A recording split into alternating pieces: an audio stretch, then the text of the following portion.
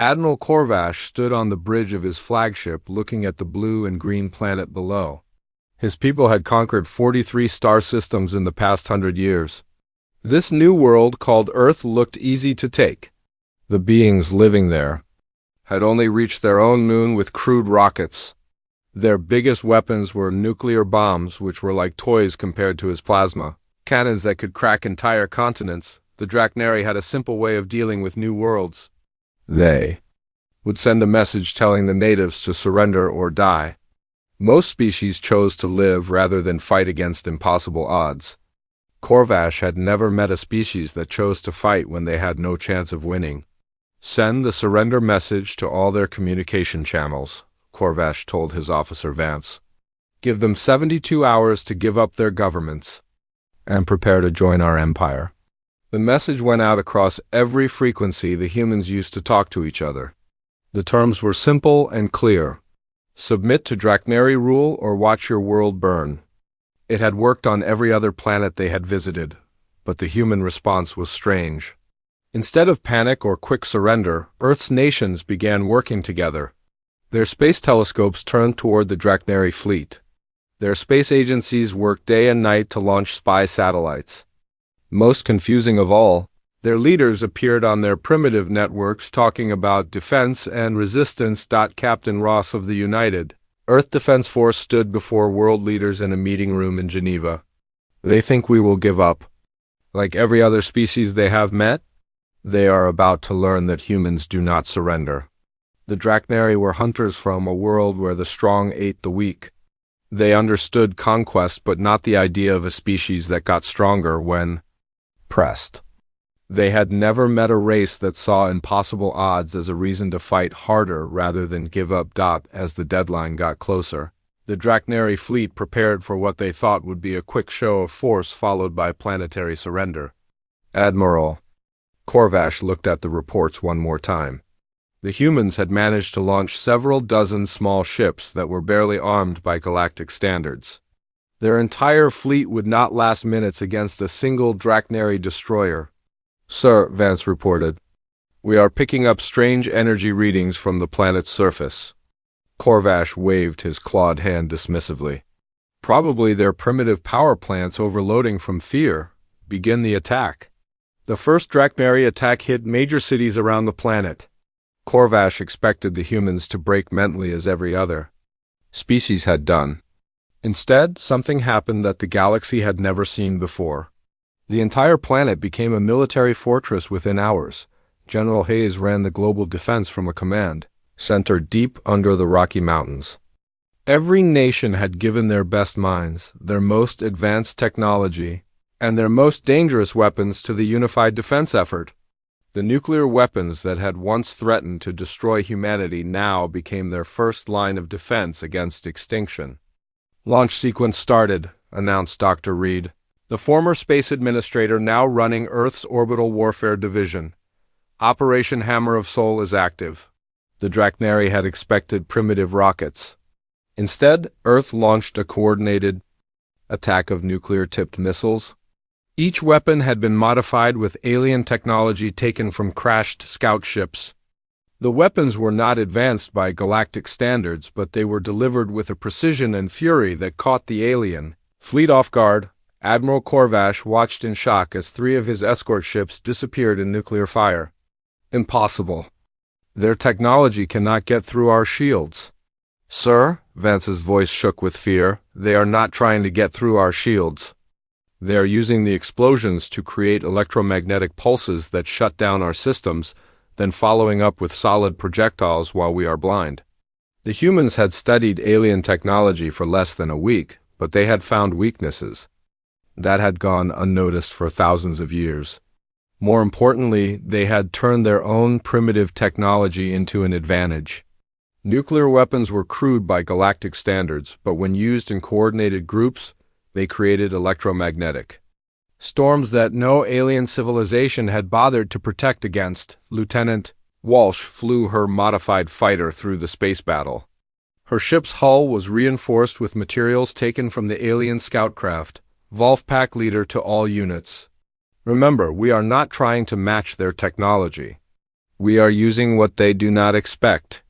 The human fighters moved in coordinated groups, using tactics developed from centuries of fighting their own species. They sacrificed individual craft to position nuclear mines in the path of alien ships. They used suicide runs not from desperation, but as calculated attacks that caused maximum damage while losing few ships. The Draknari had evolved from ambush predators who relied on individual strength and surprise.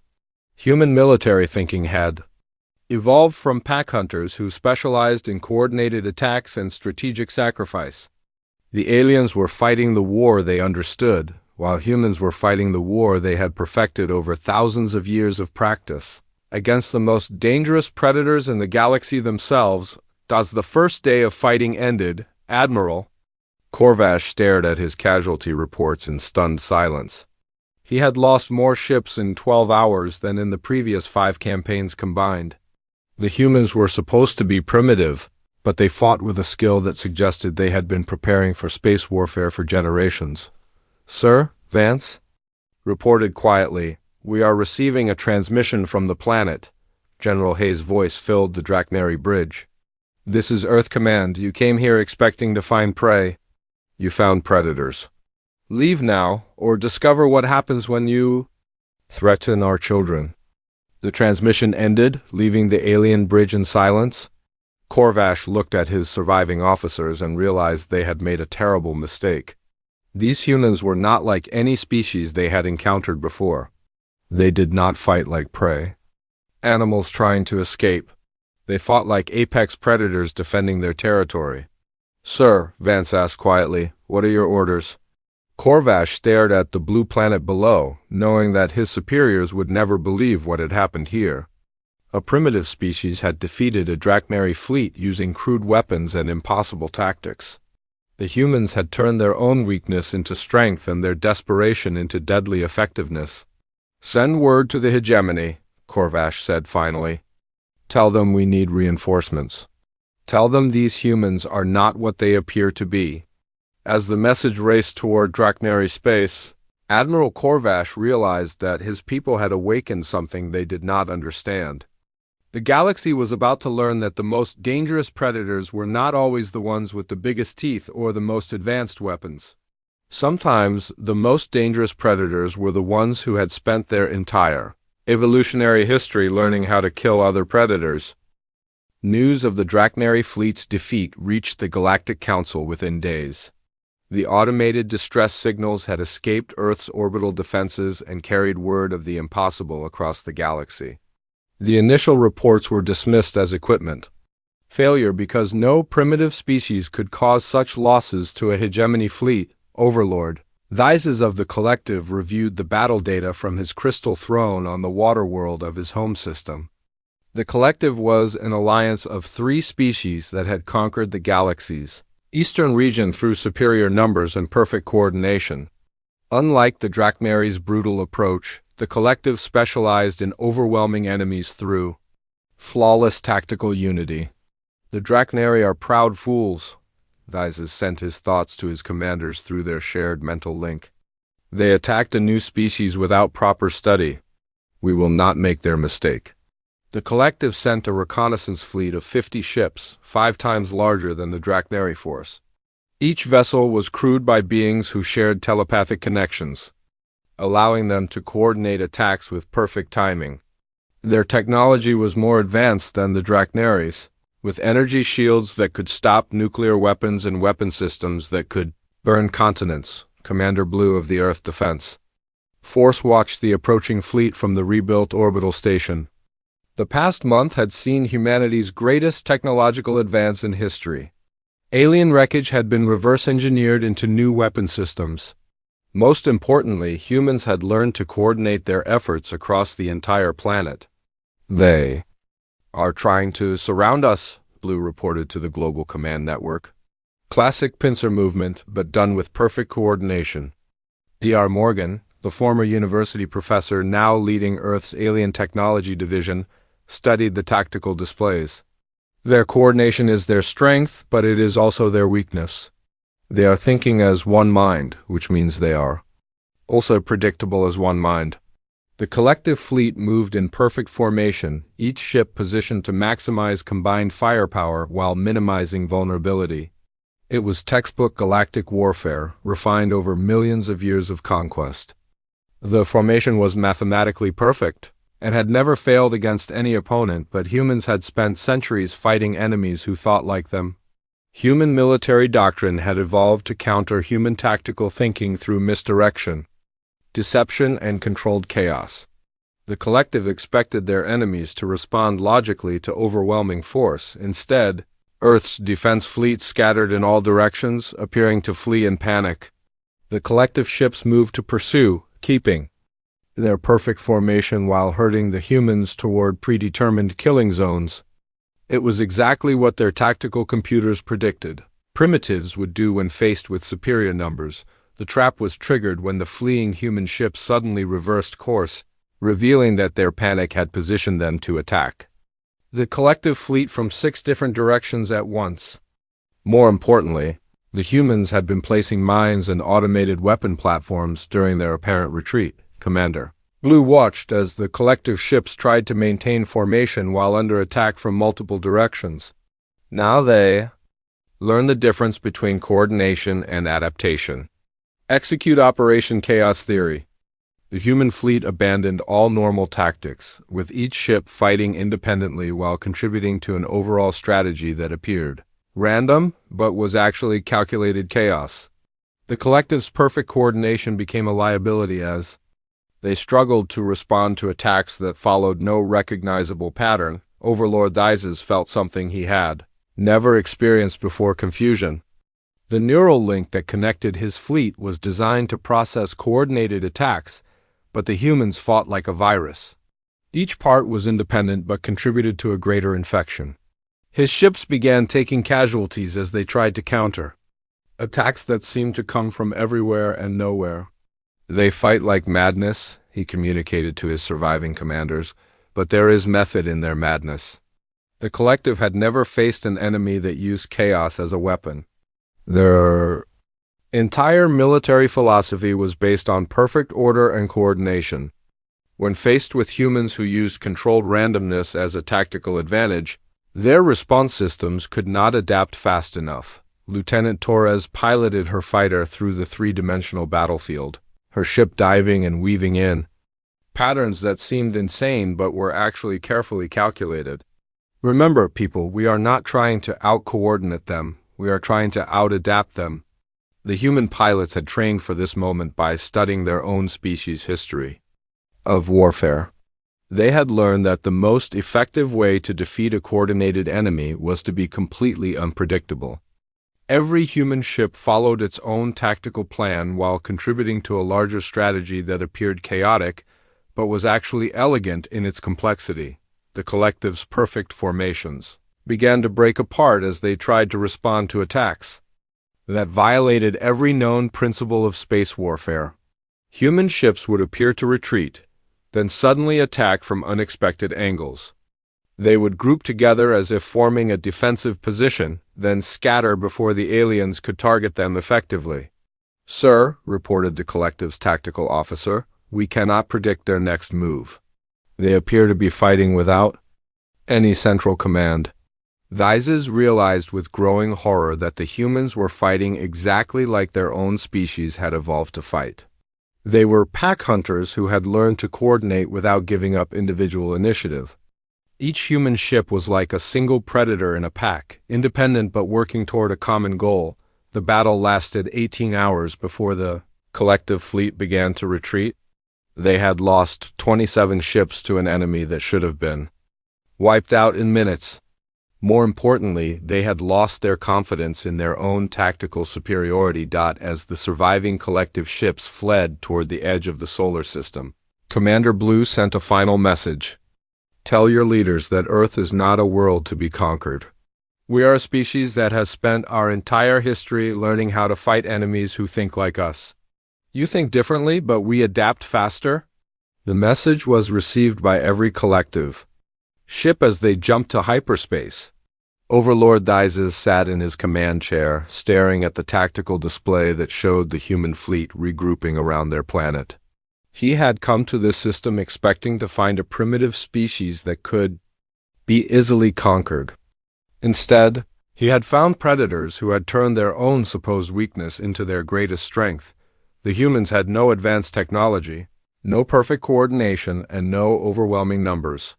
What they had was something far more dangerous: the ability to learn from every battle and adapt their tactics faster than their enemies could respond. They fought like a species that had spent millions of years in constant warfare, because that was exactly what they were. The news of the collective's defeat spread through the galaxy even faster than the Drachnaries had. Two of the most powerful military forces in known space had been humbled by a species that had been dismissed as primitive. The remaining galactic powers began to take notice of the small blue world that had suddenly become the most dangerous place in the galaxy. On Earth, the human leaders gathered to plan their next move. They knew that their victories had not gone unnoticed. Soon, even more powerful enemies would come to test them. But humanity had learned something important from these first battles. They were not the weak species the galaxy thought they were. They were apex predators who had finally found worthy prey. The defeat of both the Drachnari and collective fleets sent shockwaves through the galaxy's oldest civilizations. In the galactic core, where space itself was twisted by the gravity of massive black holes, the ancients stirred from their long sleep.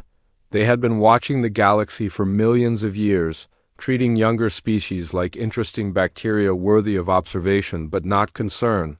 Prime consciousness axiom materialized in the council chambers of the galactic core. Around him, the ghostly forms of other ancients appeared from the cosmic background radiation. The Vrix were the first species to achieve interstellar travel, older than most galactic civilizations by millions of years. They had transcended physical existence long ago, becoming beings of pure energy who could manipulate matter through thought alone. The new species troubles the younger races, Axiom observed, his voice echoing through dimensions. Perhaps it is time to remind the galaxy why we are called the Ancients. The other consciousnesses agreed through direct quantum communication. The Vrix had not interfered in galactic affairs for thousands of years, content to watch civilizations rise and fall. But the humans' victories suggested a species that might eventually challenge the natural order. They had established the Vrix fleet that approached Earth's solar system bore no resemblance to normal spacecraft. They were geometric impossibilities. Structures that existed in multiple dimensions at once, powered by controlled collapse of pocket universes. Their weapons could manipulate the basic forces of reality itself. Admiral Peterson, the former submarine commander now leading humanity's deep space defense, watched the approaching entities with awe and determination. "They are not ships," he reported to Earth Command. "They are something else entirely." The Vrix began their demonstration by casually rearranging the asteroid belt, converting chunks of rock and metal into perfect geometric patterns. They then created a miniature star in the outer solar system, just to prove they could control nuclear fusion on a stellar scale. Primitive species, Axiom's voice reached Earth through quantum entanglement, bypassing all normal communication systems. You have impressed the younger races, but you face beings who shaped the galaxy before your star was born. Submit to our will, or watch your world become a monument to overconfidence. President Taylor of the United Earth Government stood before the emergency session of the Global Assembly. They have shown us power beyond our understanding. But showing power and using it effectively are different things. Dr. Kim, the quantum physicist who had become Earth's leading expert on dimensional warfare, studied the data from deep space telescopes.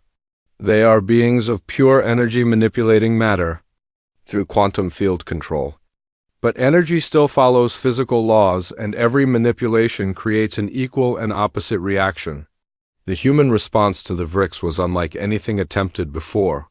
Instead of trying to match their technology, Earth scientists began studying the quantum disturbances caused by the ancients' demonstrations.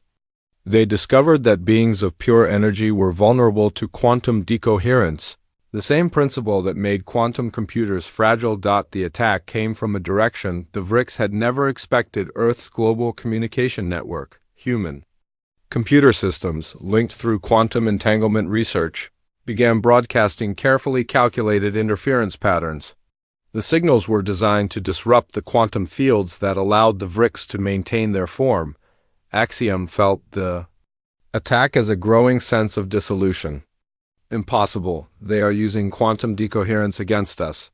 The VRICS tried to retreat to higher dimensional space, but the humans had anticipated this. Earth's response was not limited to three-dimensional space. It was a four-dimensional attack that followed the ancients wherever they tried to hide.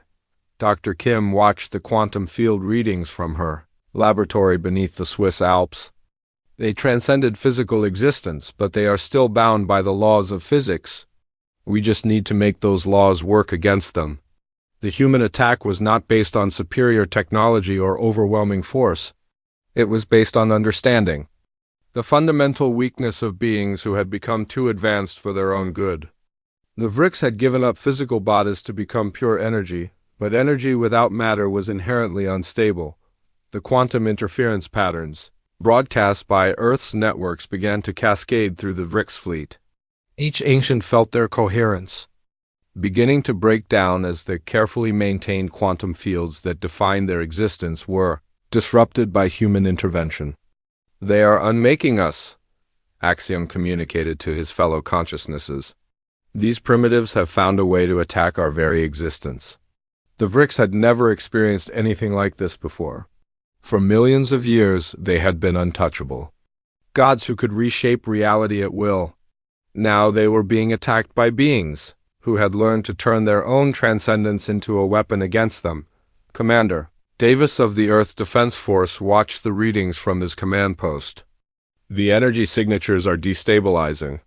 Whatever they are starting to fall apart. The human attack was relentless and precise. Earth's quantum computers, originally designed for research, had been repurposed to calculate exactly the right interference patterns to disrupt ancient quantum fields. The attack was not random but carefully orchestrated to cause maximum disruption to beings of pure energy. For the first time in millions of years, the VRICS experienced something they had forgotten: fear. These primitive beings had turned their greatest strength into their greatest weakness. By becoming pure energy, they had become vulnerable to quantum manipulation by a species that had mastered the science of interference. The ancient fleet began to retreat, but the damage was done. Several VRICS consciousnesses had been permanently disrupted, their energy forms scattered across the quantum foam. The survivors fled toward the galactic core, carrying with them the knowledge that they were no longer invulnerable. As the last of the ancient ships disappeared into hyperspace, President Taylor addressed the people of Earth. We have faced three different types of enemies. Each one was more powerful than the last. Each one thought they were superior to us. Each one learned that power without understanding is worthless. The defeat of the VRICS sent a message across the galaxy that no civilization could ignore. The humans had not only defeated brute force and perfect coordination, they had also overcome beings who could manipulate reality itself. The species that had been dismissed as primitive had proven they could adapt to any challenge, Dr. Kim continued her research into quantum mechanics, knowing that the victory over the ancients was just the beginning. They underestimated us because they thought transcendence made them invulnerable, but every system has weaknesses. Every power has limits. We just need to find them. On the outer rim of the galaxy, various alien civilizations received the news. With growing terror, the humans had defeated the three most powerful forces in known space within a matter of months. The question was no longer whether humanity could be stopped, but whether anything in the galaxy was powerful enough to try. The VRICS had ruled the galaxy for millions of years through their mastery of energy and matter. The collective had dominated. Through perfect coordination, the Drachnary had conquered through brute force. But the humans had shown that none of these approaches was sufficient against a species that had spent its entire evolution learning how to defeat opponents who thought they were superior. As Earth's defenses were rebuilt, and strengthened with technology taken from 3 different alien civilizations, humanity began to realize that they had become something they had never intended to be. They were no longer the defenders of a single world. They had become the most feared military force in the galaxy, respected and feared by civilizations that had ruled space for millions of years. The galaxy had underestimated Earth 3 times. Each time, the price had been paid in blood and broken fleets. The remaining civilizations were beginning to understand that the small blue world on the edge of the galaxy was not a target to be conquered, but a predator to be avoided at all costs. The news of the Vrik's defeat spread through the galaxy like wildfire. Within weeks, every major civilization knew that the humans had achieved the impossible. They had not only defeated the Ancient Ones, but had done so using the Vrik's own transcendence against them. The psychological impact was devastating to species that had worshipped the Ancients as gods for millions of years. Emperor Kane of the newly formed Terran Federation stood on the bridge of humanity's first interstellar vessel, built from salvaged technology of their defeated enemies.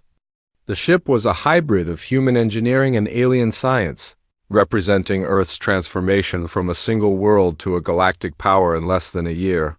Status report, Kane requested from his tactical officer, Commander Rodriguez.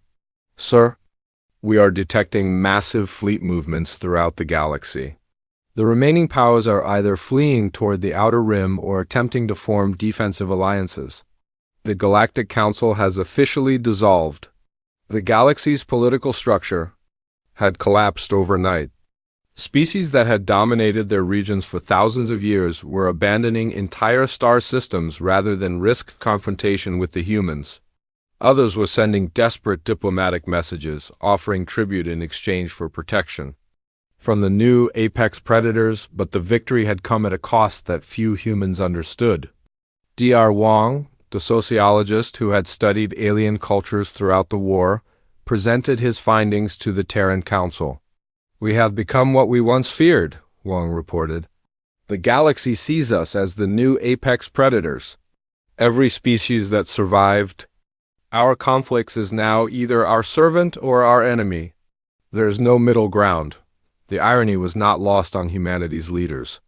They had fought to defend their independence, only to become the dominant power in a galaxy where dominance was measured by the ability to destroy entire civilizations.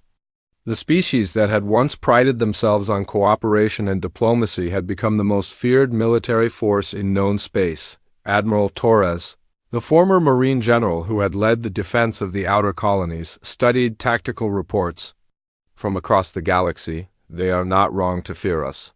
We have proven that we can defeat any force sent against us. But what they do not understand is that we never wanted to be conquerors. The human victory had been built on a basic misunderstanding by their enemies. The galactic powers had assumed that all species fell into familiar categories. There were prey that fled, predators that fought individually, or pack hunters that coordinated but followed predictable patterns. Humans were something completely new. They were a species that had evolved intelligence specifically to fight other intelligent beings.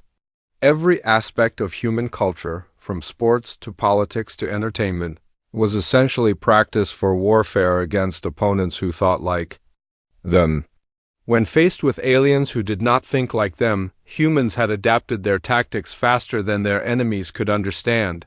The galaxy's surviving species began calling humans the swarm, not because they attacked in large numbers, but because they showed the same terrifying adaptability as a viral infection. They could analyze any opponent, find weaknesses, and develop countermeasures faster than any other known species. Director Park of Earth Intelligence brought disturbing news to the Terran Council. Sir, we have intercepted communications from the Outer Rim. The surviving civilizations are forming what they call the Final Coalition. Their goal is simple: the complete extermination of humanity. The briefing room fell silent as the implications sank in. The galaxy's remaining powers had decided that humanity was too dangerous to be allowed to exist. They were planning not just to defeat Earth, but to sterilize every system that might harbor human life. How many species? Asked President Chun. Over 400 different civilizations, Park replied. They are pooling their resources for what they believe will be their last chance to stop us. They call it the Great Cleansing. Emperor Kane looked around the room at Earth's leaders.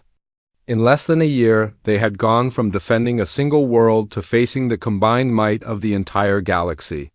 The species that had once been dismissed as primitive was now considered such a threat that hundreds of civilizations were willing to work together to destroy them. "What are our options?" asked General Martinez. Dr. Phillips, the military strategist who had helped plan the defense against the Vrix, spread out star charts across the table. "We have several advantages. First, they are afraid of us, which means they will be cautious. Second, we have proven we can adapt to any tactical situation. Third, we now have access to technology from 3 different advanced civilizations." The human response to the final coalition was typically unconventional. Instead of building massive fleets or developing superweapons, Earth scientists began studying the psychological profiles of their enemies. They had learned that the key to defeating superior forces was understanding how those forces thought. "They are forming the largest military alliance in galactic history," observed Dr. Kim, the quantum physicist. "But that is also their weakness. 400 different species means 400 different ways of thinking about warfare. They will spend as much time arguing with each other as fighting us." The human strategy was not to meet the coalition in direct battle, but to turn their diversity against them. Earth's intelligence services began broadcasting carefully crafted messages designed to exploit the natural distrust between different species. They planted rumors about secret alliances and hidden agendas within the coalition, Captain Roberts of the Earth Defense Force watched the intelligence reports with professional interest.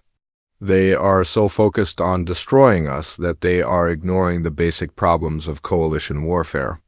Different species have different tactical preferences, different concepts of honor, and different ideas about acceptable losses.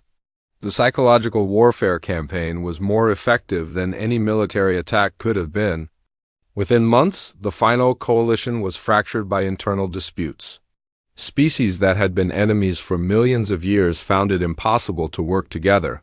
Even when facing what they saw as an existential threat, some coalition members began to question whether humanity was really as dangerous as they had been told. Others started to wonder if they should make separate peace deals with Earth rather than risk being destroyed by their own allies. The unity that had been the coalition's greatest strength began to crumble under the weight of ancient prejudices and competing interests. Emperor Kane received regular reports on the coalition's disintegration with mixed feelings. "We are winning a war we never wanted to fight against enemies who forced us to become what we are." The galaxy had created its own worst nightmare. By treating humanity as a threat, they had forced humans to become the very thing they feared. The species that had once been explorers and diplomats had been transformed into the most effective military force in known space. As the final coalition continued to fragment, scattered reports began reaching Earth of coalition fleets attacking each other. Ancient rivalries had resurfaced, and species that had temporarily united against humanity were now turning their weapons on their former allies. "They are destroying themselves," reported Director Park. "The coalition is falling apart faster than we could have destroyed it ourselves." The irony was complete. The galaxy's attempt to eliminate humanity had resulted in the destruction of the very unity that had made them strong. By forcing every species to choose sides, the coalition had reignited conflicts that had been dormant for millions of years. Dr. Wong studied the reports with professional fascination. "They underestimated us again. They thought we would fight them the same way we fought the Drachneri, the Collective, and the Vrix. Instead, we fought them the way we have always fought our most dangerous enemies, by turning them against themselves." The final coalition had been designed to be humanity's greatest challenge. Instead, it had become the galaxy's greatest mistake.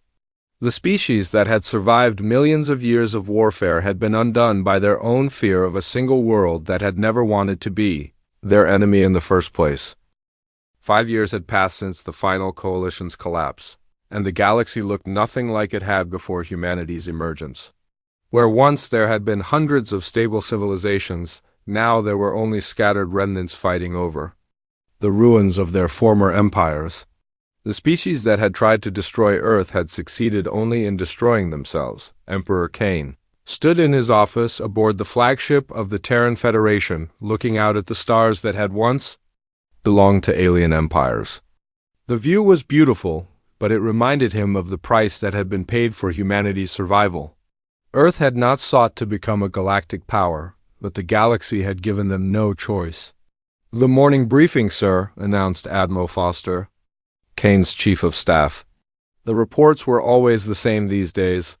More alien civilizations requesting protection, more resources being offered as tribute, more former enemies begging to become part of the human sphere of influence. "Status of the Outer Rim territories?" Kane asked. 17 more systems have requested Federation membership this month.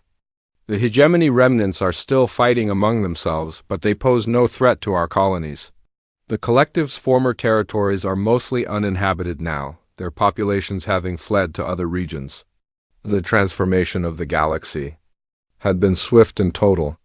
The species that had once ruled space had been broken by their own fear and hatred. The very unity they had tried to forge against humanity had revealed how much they despised each other. When the external threat was removed, they had turned on themselves with a violence that shocked even human observers. Dr. Chang, the xenobiologist, who had become Earth's leading expert on alien psychology, entered the office with her latest report. "We have finished analyzing the final battles of the Coalition War. The casualty figures are staggering.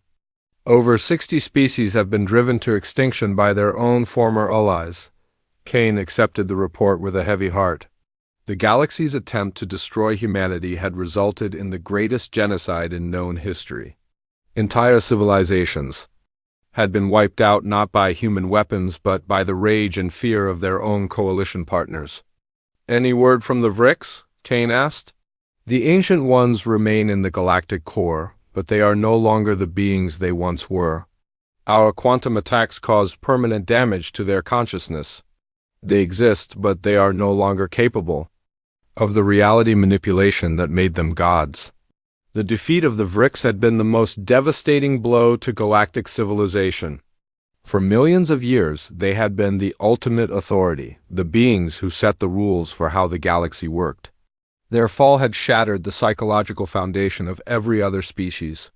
If the ancients could be defeated, then nothing was permanent, nothing was sacred, and nothing was safe.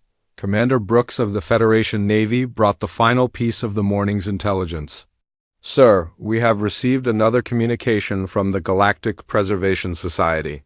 They are requesting permission to establish a research station in the Sol system." The Galactic Preservation Society was one of the few organizations that had survived the collapse of galactic civilization. They were scholars and scientists from various species who had dedicated themselves to preserving knowledge and culture from the ruins of their former empires. Their request to study humanity was both flattering and disturbing. "What do they want to study?" Kane asked. "Us, sir?" "They believe that humanity represents a completely new form of intelligent life. They want to understand how we were able to adapt so quickly to galactic warfare when it took their species millions of years to develop their tactics." The answer was both simple and terrible. Humanity had not needed millions of years to develop galactic warfare tactics because they had spent their entire evolutionary history practicing on each other. Every human war, every conflict, every competition had been preparation for the moment when they would face opponents who thought differently than they did. Other species had evolved in stable environments where the strong dominated the weak in predictable ways. Humanity had evolved in constant competition with other humans, creating a species that was endlessly adaptable and ruthlessly effective at finding new ways to defeat familiar opponents. The galaxy's greatest mistake had been assuming that all intelligent species were fundamentally similar. They had believed that evolution would produce predictable results, that intelligence would follow familiar patterns, and that warfare would be conducted according to established rules.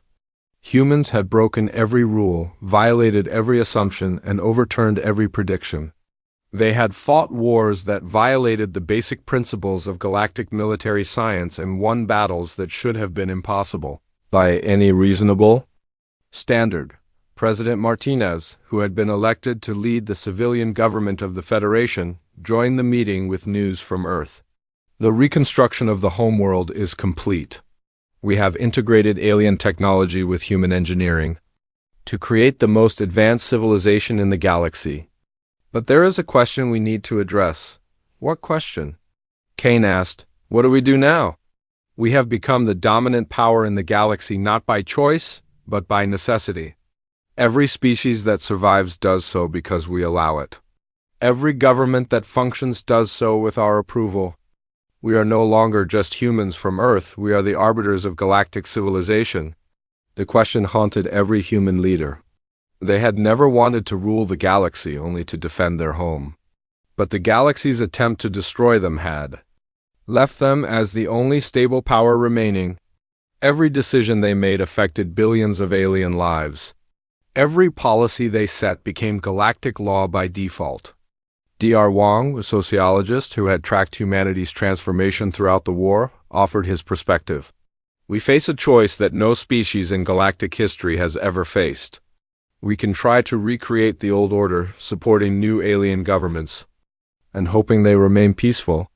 Or we can accept our role as the galaxy's dominant species and work to create something better than what came before.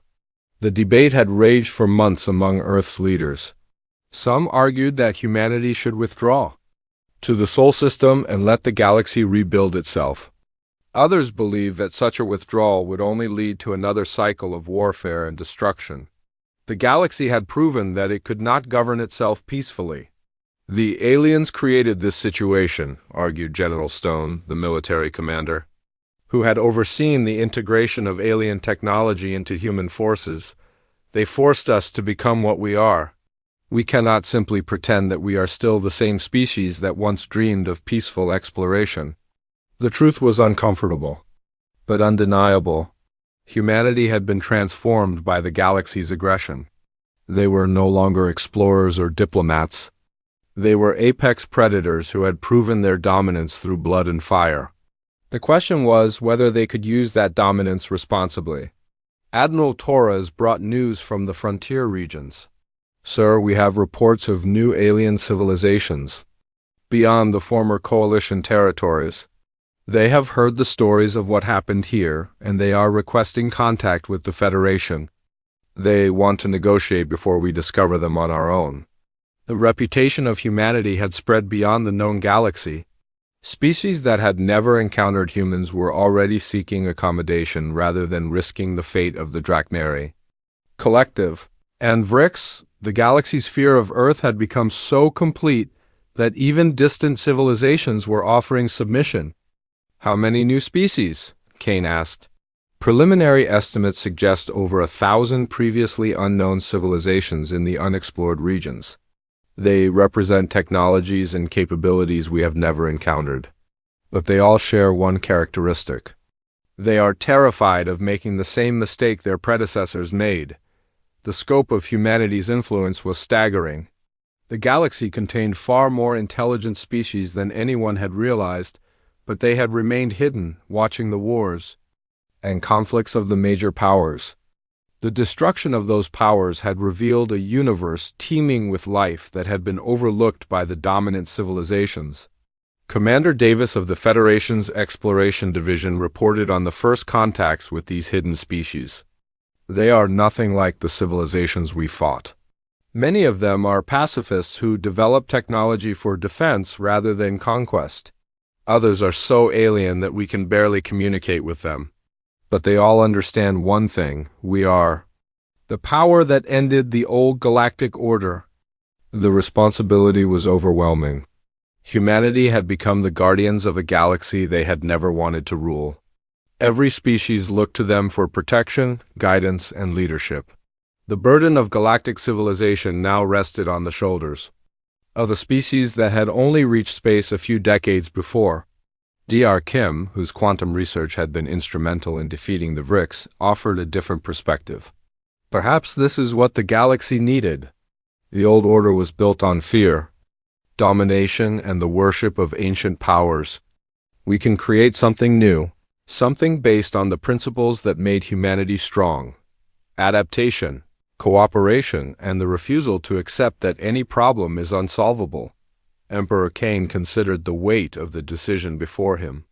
The galaxy was offering itself to humanity, not out of love or respect, but out of fear and necessity. The species that had tried to destroy Earth were now begging for the protection that only Earth could provide. "Send word to all Federation territories," Cain announced. "We will accept the responsibility that has been forced upon us. But we will do it on our terms. Any species that wants our protection must agree to our principles. No slavery, no genocide, no wars of conquest. The galaxy will learn to live in peace, or it will learn why the old powers fell." The message spread through space at the speed of light, carried by the quantum communication networks that humanity had built from the ruins of alien technology. Within months, hundreds of species had agreed to the new order. The age of galactic empires was over. The age of human hegemony had begun. As Cain looked out at the stars, he reflected on the terrible irony of humanity's rise. The galaxy had underestimated Earth and paid the price in blood. But the greatest price had been paid by humanity itself. They had been transformed from dreamers into rulers, from explorers into enforcers, from defenders into the very thing they had once feared becoming. The galaxy was safe now, protected by human strength and guided by human wisdom. But the cost of that safety would be remembered forever. The species that had forced humanity to become apex predators had learned too late that some prey, when cornered, become more dangerous than any predator the universe has ever known. The stars belonged to humanity now, not because they had sought conquest, but because the galaxy had given them no choice but to take control. The age of underestimating Earth was over. The age of living with the consequences had just begun.